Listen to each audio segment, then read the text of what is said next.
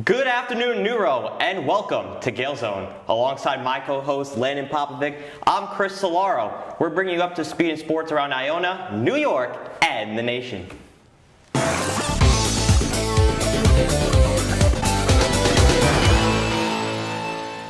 We start off today's show with some Iona women's basketball. Landon, what do you got on them for us? The Iona women's basketball team had senior day Saturday as they took on Niagara. Here's IUTV's Angelo Gioio with more on the matchup. Hi, I'm Angelo Gioio here with IUTV today as the Iona Gales took on the Niagara Purple Eagles in a Valentine's Day showdown. Let's take a look at what happened. It was senior day for the Gales as the game started off back and forth as Iona went into the half up by 5. But after that, the Gales ran away with it, outscoring the Purple Eagles by 12 in the third and going up into the fourth by 17. After that, it was cruise controls for Iona as they won with a final score of 72-55. Isabella Middleton led the way for the Gales with 20 points and 10 rebounds, really showing out on her senior day. I'm here with Ella Vajardo after a dominant win on senior day. Ella, what went into the huge win today? I think we were all bought in. Obviously, it's senior day, so all of the nerves are like, we just got to do it for the seniors. And we felt that all around from the people that are on the court, on the bench, from the bench going on the court. We were just locked in, and we just needed to get this win. And then lastly, what did this senior day really mean to you? I mean, you've been here for a while. What did this senior day mean to you? It meant everything. My family's here, my grandparents are here, my boyfriend's here, everyone is here. So it's just I know that they support me no matter what, and I just wanted to give that back to them today. A huge win for the Gales as they start to look towards Atlantic City. They'll travel to Siena on Thursday to try to improve their win streak to 3. From IUTV, I'm Angelo Gioio, signing off. Thank you, Angelo. The women's basketball team extended their win streak to 3 games last night as they earned a key MAC win, taking down the Siena Saints 61-52 on the road.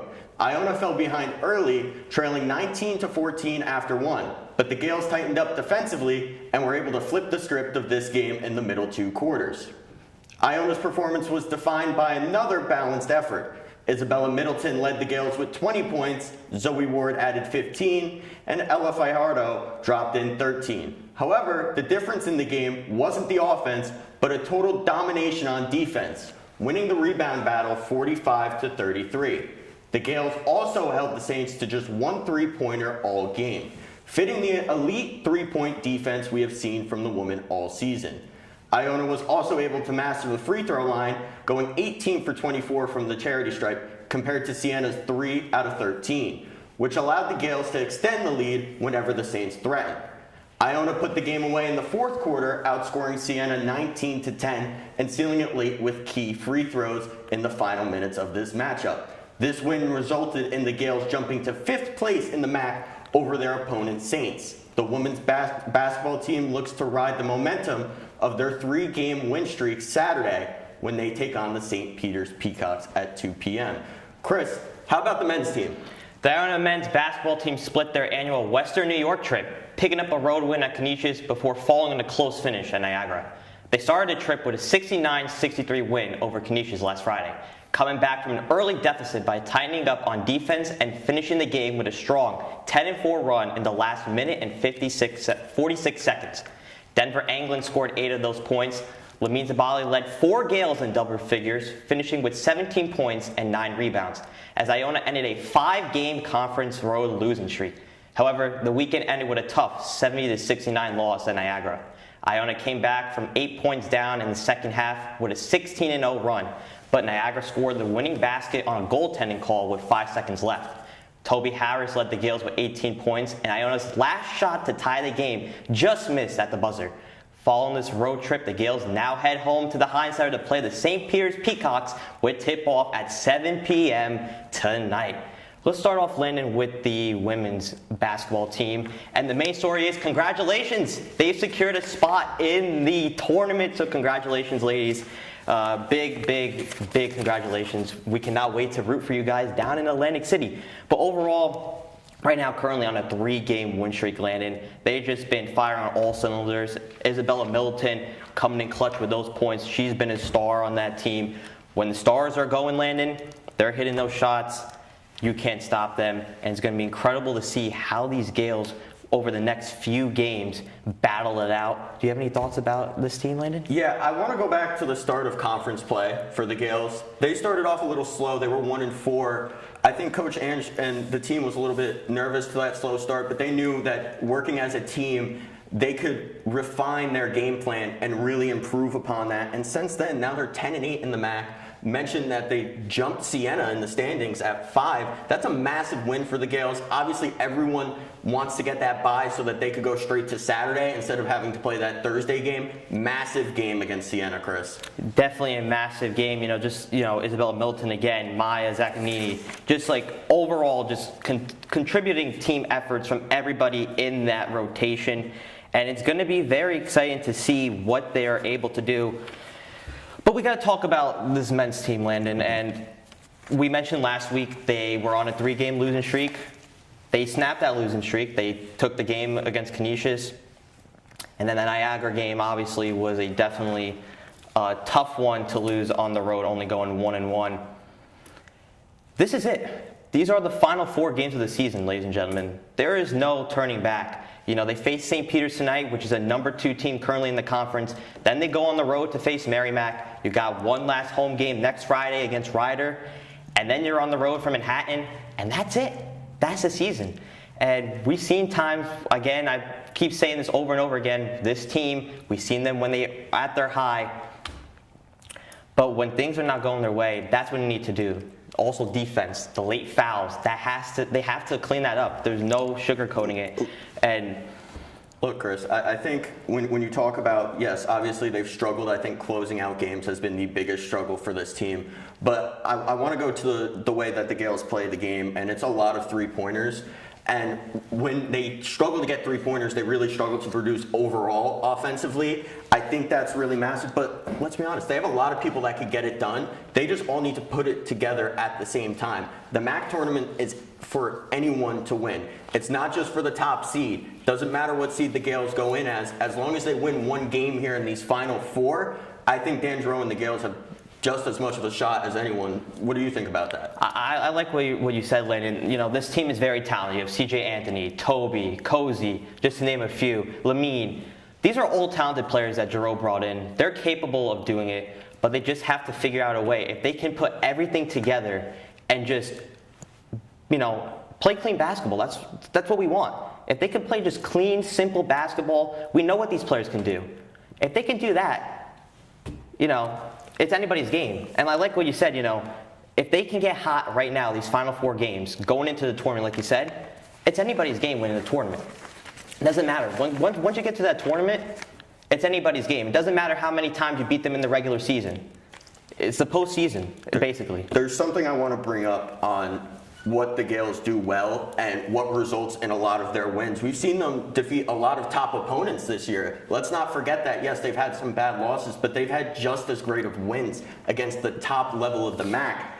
And I think a lot of that is when they're able to hold their opponents to less than 1 point per possession, they're really able to capitalize on that, get those second chance opportunities. You mentioned Lamine Sabali. He's been great in the paint. And when Kosi's also hot getting those rebounds, they're a threat on the defensive side of the ball. And the Gaels have actually did pretty well on that their past 2 games. They won the rebound margin 32-25 in the game against Niagara, and then they won it as well, +4 against Canisius. So listen, they do a lot of things really well. It's just that they have to have the ability to go on runs late in games. They have a lot of people that can close games. No one has to play hero ball on this team, and that's something I really like.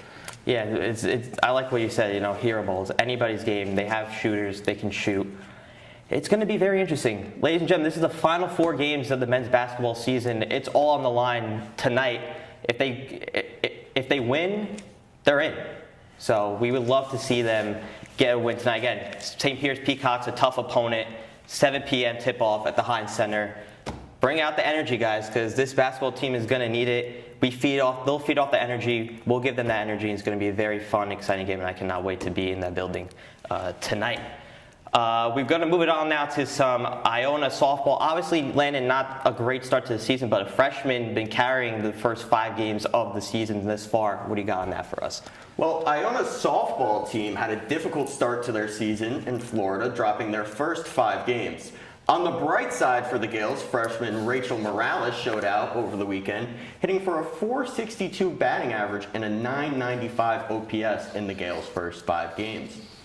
Iona looks to bounce back this weekend in North Carolina as they're currently taking on Lafayette and will finish off the night playing UNC Williamton at 6:30 on Saturday. They'll face Georgetown at 10 a.m. and finish off the day playing UNC Williamton once again at 3 p.m. The Gales will finish the weekend playing Lafayette on Sunday morning. Now, Chris, let's turn it over to women's lacrosse.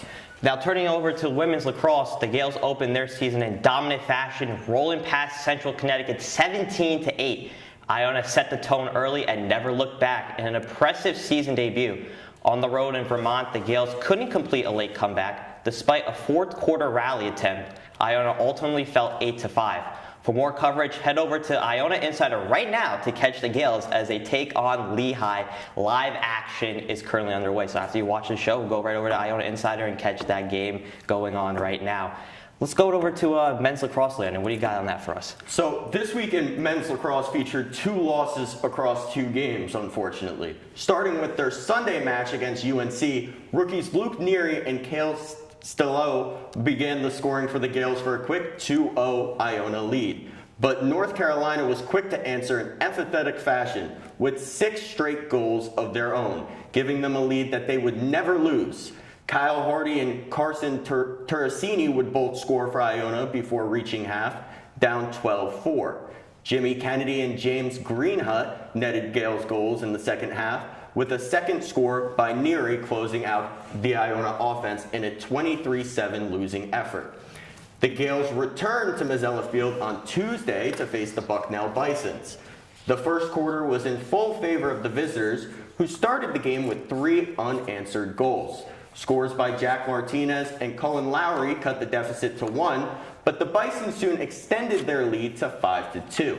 A second goal by Martinez made it a 2-goal game at half, but Bucknell saw 6 straight scores to start off the third. Their run only being stopped by sophomore Matthew Diskowicz, which is second goal of the season, with the fourth quarter starting 12-4 Bisons. Both teams would score 4 times in the final frame, with goals from Diskowicz, Lowry, Turacini, and Hardy closing out another loss for Iona, 16-8. The Gales continue their homestand at 1 p.m. against LIU, where they'll look to make it into the win column for the first time this season. Now, what about Iona women's water polo? Iona women's water polo takes on Connecticut College in the exhibition game tonight at 6 p.m. in the Heinz Center Pool. This game is their only home contest here at New Rochelle, so naturally, it is a senior day for the Gales. So we would like to recognize 2 seniors on the team, Lola Trujillo and Sadie Salas.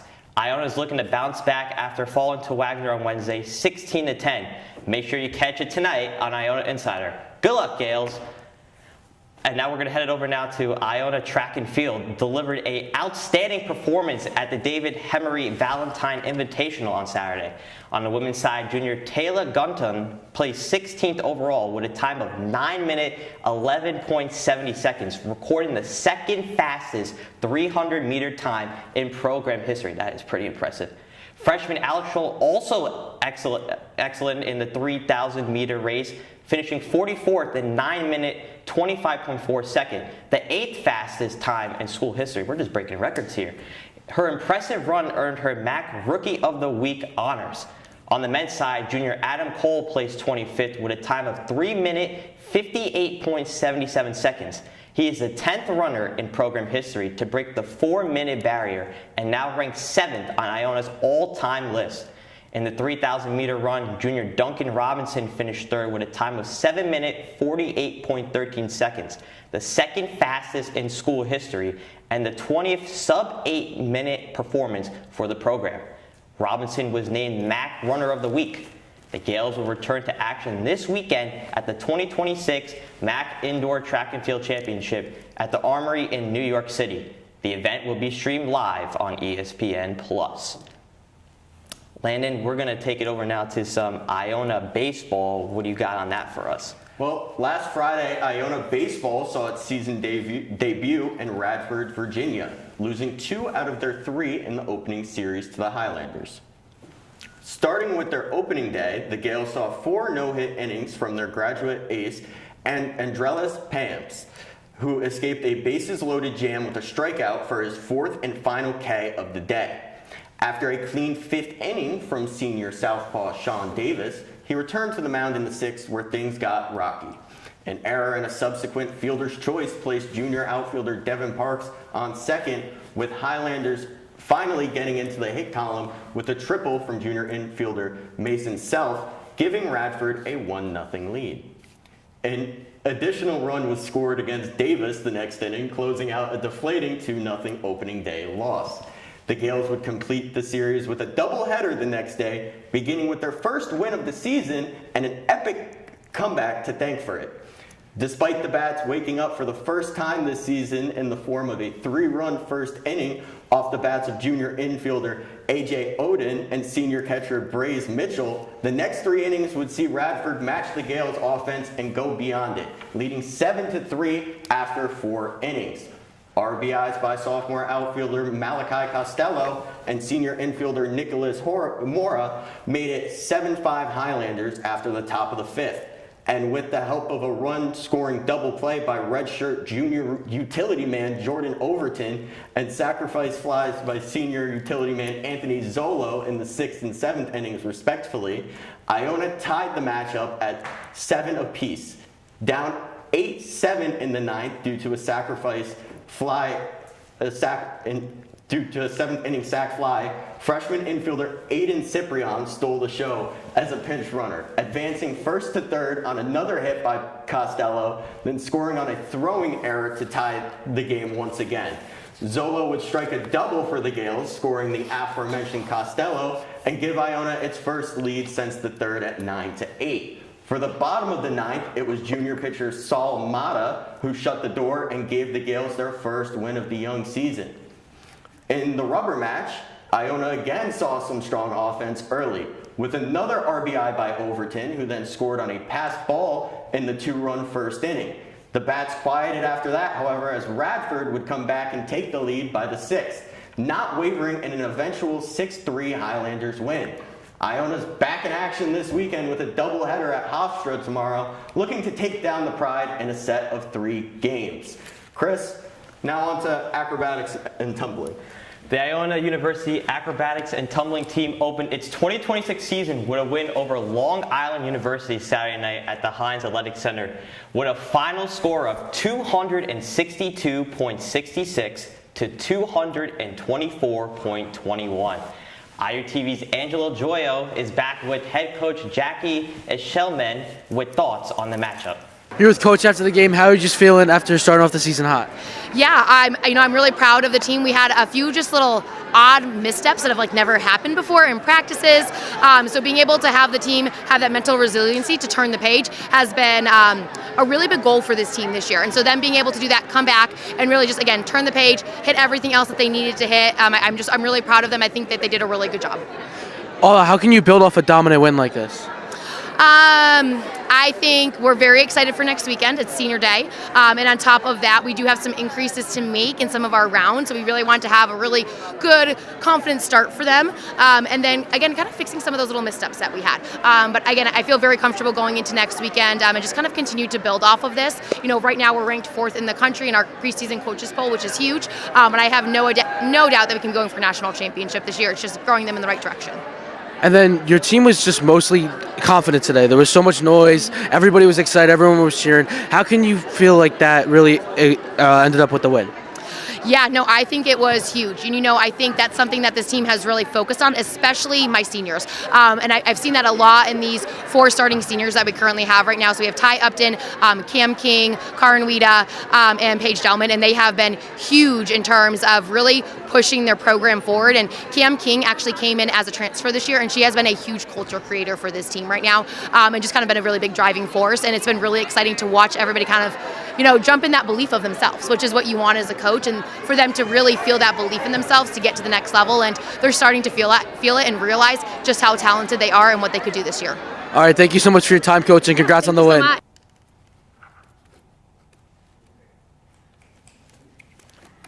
Thank you, Angelo. Iona continues its homestand tomorrow with a new matchup against Morgan State, and the program will honor its seniors following the meet. So that concludes our Iona segment of the show, and now we're going to move on to our pro segment of the show. And of course, we got to talk about the Olympics, because how could we not land it?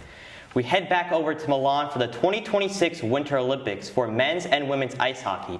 And we start off with the women's side as they have officially gone gold, beating Canada in overtime by a final score of 2-1.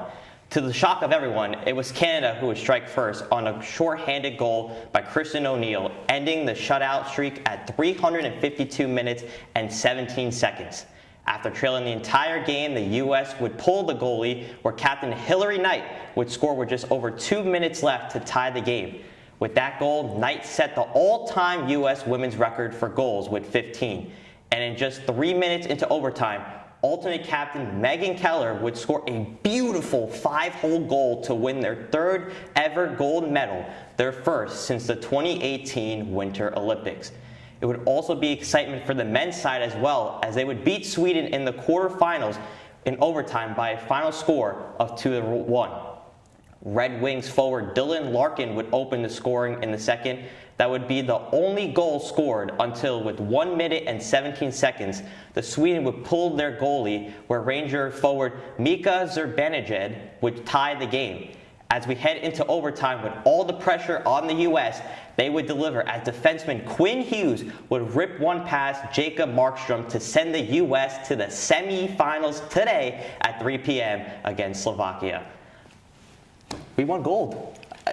I mean, it's a long time coming. I mean, the U.S. hasn't won gold in hockey since the 1980 Miracle on Ice team. And I think this is really great to see. I mentioned Hillary Knight scored a goal in that final game, her final Olympics. She was incredible throughout the whole tournament, had 4 goals, 6 assists, assisted on the game-tying goal late in the third as well in that game. So just amazing sight from Hillary Knight. And obviously you have to talk about Megan Keller's goal. What a beauty. I mean, when I watched that clip back, that was just absolute perfection. Again, the third time they won Olympics, won 1999, though I mentioned 2018, and now adding one to the collection for 2026. Let me just tell you something, the future for women's hockey, Landon, is bright. I mean, this brought a lot of excitement here in the U.S. for women's hockey. I think it's been on the rise the past few years. We actually had a native, the goalie, Erin Frankel, is from Briarcliff Manor in Westchester, so same county as Iona. Just a fun fact there. But just a total domination the whole tournament. And I think the NHL is looking at this. They see the WNBA now has the primetime slot on ESPN for Sunday nights. Who says that can't be hockey in a few years? Definitely, for sure. And, again, congratulations to the women's team bringing gold back to the States. We've got to talk about this men's team, though, because they're getting ready now to try to also win gold for the United States. And let's just talk about Quinn Hughes for a second.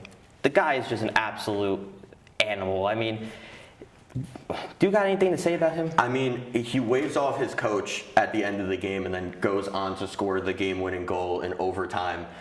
When you talk about the Hughes family as a whole, I know not really New Jersey natives, but they have kind of become New Jersey's hockey family, if you will. And that Quinn Hughes goal really solidified that. Actually, his jersey sold out that same night, which was pretty incredible for the kid. I can't wait to see what he does really in professional hockey as well. And then talking about, that USA-Sweden game just a little bit more, we had a familiar face for the Swedes in Mika Zibanejad, playing the villain, which for Rangers fans, he might be a villain anyway. I mean, he hasn't really added much to the roster. So, but just a great sight. But they have their hands full against Slovakia. Chris, this matchup is one that I think people are sleeping on. There definitely are. And, they're a high-scoring team, and they're averaging 4+ goals per game in the earlier matchups. They had 6 against Germany, 4 against Finland. They have to do a very good job, the U.S., at trying to control that And I do believe that if they can do that, Landon, they're going to move on into the finals. I know there was a game beforehand. Do we know who won that game? Was it Canada? Canada did win that game, I'm pretty sure. They are moving on to the semifinals, which would be a great matchup if we see the four nations rematch of Canada and the United States. Maybe we get our vengeance. But going a little bit more back to Slovakia, I just want to bring up the fact that they won bronze at the 2022 Beijing Olympics, and they beat USA at the 2024 World Championship as well. So Slovakia really not a team we should sleep on at all. I'm excited to see what the USA does. Hopefully they make it to the finals, add another gold medal to our belt. Definitely, for sure, Landon. We cannot wait to cover here on Gael Zone. But let's turn over now to some basketball. And Landon, obviously, Knicks played last night. Unfortunate loss, but what do you got on them for them? Well, a little bit before that, all eyes were on Los Angeles as the Knicks went into the All-Star break with a 35-20 record. The Knicks made some real noise during All-Star weekend, highlighted by Jalen Brunson and Karl Anthony Towns teaming up with Knicks legend Allen Houston to win the revived Shooting Stars competition, giving the franchise a fun mid-season spotlight. Their trio led the field in the opening round and then sealed the title with a 47-point final performance to take home the event's championship. In their return to the Garden, the Knicks took on the first-place Pistons in a marquee matchup. And unfortunately for the home crowd, it was a repeat of the first two matchups. The Pistons once again dismantled the Knicks 126-111. Detroit was led by an outstanding 42 points, 13 assists, and 8 rebounds by Cade Cunningham. Brunson and Cat combined for 54, and it was nowhere near enough. The Knicks welcomed the Houston Rockets to the world's most famous arena on Saturday at 8:30 p.m. So, Chris, this Knicks team, I gotta be honest, I'm really upset. Are you worried, Landon? Let's be for real. Are you worried that... I'm distraught. I'm gonna be honest with you. I am distraught with this Knicks roster. I don't know what they have to do. They're in third place in the Eastern Conference, but it doesn't feel like that whatsoever. I think when you looked at this game last night, you were able to see the real flaws of the Knicks come out. They played a very conservative game. They were buttoned up. They did not try anything risky, and that's the problem. This Detroit team plays so well together. Danis Jenkins, again, had a pretty good game last night, former Gael, for Detroit, and Detroit has been the best team in the East, and people are calling them the OKC of the East, and I could see why with the way they play. I definitely agree with you, Landon. It's something to keep an eye out for as the Knicks go on the second half run. But let's turn over to now some baseball. The 2026 season is going to be underway soon. Everybody's in spring training. Landon, what's going on with the Mets and Yankees? Well, baseball is back in full swing as spring training games officially begin today in Florida, with both the Yankees and Mets opening their 2026 quest to hoist the Commissioner's Trophy. Each club's camp enters with plenty of questions still surrounding the roster. In Tampa, the Yankees' biggest concerns center on health and depth, especially with star arms Garrett Cole and Carlos Rodon working their way back from injuries early in the season. The bullpen also features uncertainty after Luke Weaver and Devin Williams departed for Queens, creating opportunities for younger pitchers to step in. Across the state in Port St. Lucie, the Mets may be baseball's biggest wild card. After a disappointing 2025 that featured only 83 wins, the club is rolling out a new-look roster built around Bo Bichette, Jorge Polanco, and new ace Freddie Freeman. The Mets will look to fill the void of top closer Edwin Diaz with a revamped bullpen headlined by the aforementioned ex-Yankee Devin Williams. With so many jobs up for grabs, this spring will serve as a major stage for the next wave of young talent. Chris, I'm so excited for baseball to be back, and I'm a Yankees fan, you're a Mets fan, so I thought it would be fitting if we give them a hitter and a pitcher we're looking out for this spring. Yeah, definitely. I'll start it off with my New York Mets.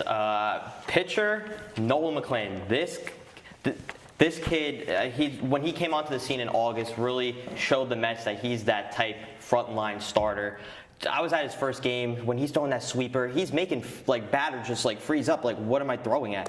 I can't wait to see what he does. He's considered a rookie this year still, so that's definitely going to be something that I look out for. Rookie of the year for 2026. My hitter is Carson Bench. I mean, our president of base operations, David Stearns, loves this kid. He's got a shot at making an open day roster with Juan Soto moving to left field. That gives an opportunity for Carson Bench, a young kid from first-round pick in 2024 to step in. They say he's got the speed, he's got the bat. I cannot wait to see if he's able to make the opening day roster. He's going to be something and a piece for this Mets team come 2026. So Landon, what are your pitcher and hitter to watch out for this season? So I'm going to start with my hitter, and that's Jason Dominguez, a guy that we've seen before in the major leagues. He tore it up when he got called up in the first series against Houston, but obviously he struggled against left-handed pitchers, but he's focusing on that, and it's a very encouraging sign for me in winter ball in the Dominican Republic. And he also worked on his left field defense as well. He's a kid that's only 23 years old. I just asked the Yankees to give him the same leeway they give Anthony Volpe. So my pitcher is Carlos LaGrange. He's a guy that's been in the headlines this past week. He's lighting up camp, and that's because the 6'7" right-hander struck out Aaron Judge on a 103-mile-an-hour fastball. This is a kid I'm looking out for.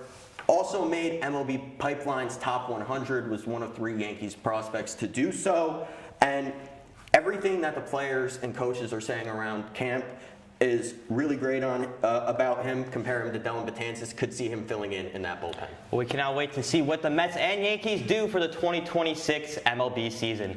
That'll be all from us today. On behalf of the entire crew here at Gael Zone, thank you so much for tuning in. From Landon Popovic, I'm Cilauro, telling you to take care, have a good weekend, and get your homework done.